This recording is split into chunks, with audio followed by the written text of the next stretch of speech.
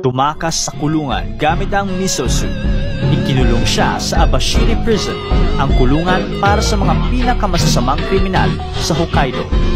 At ang tanging labasan nito ay ang maliit na butas na siyang pinaglalagyan ng pagkain ni Yoshi. Upang masigurong hindi siya makakatakas, 24 oras nakaposa si Yoshi sa loob ng kanyang selda. Tuwing gabi, dinadalhan ng mga gwardya ang mga bilanggo ng miso soup para sa kanilang hapunan. Sa mga sumusunod na buwan, tahimik lang ang naging lagay ng Abashiri Prison. Hanggang isang gabi, habang namimigay ang mga gwardya ng hapunan, nagulat sila sa kanilang nakita.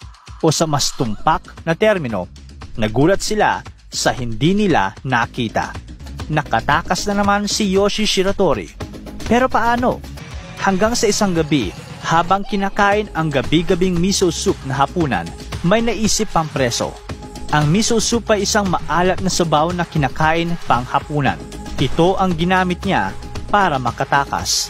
Gabi-gabi, dinuduraan niya ng miso soup ang doorframe ng kanyang selda at ang kanyang posas. Agad na umaksyon ang preso at tinanggal ang posas at gumawa ng butas mula sa kinakalawang na doorframe. Ngunit may kaliitan na butas ang kanyang nagawa.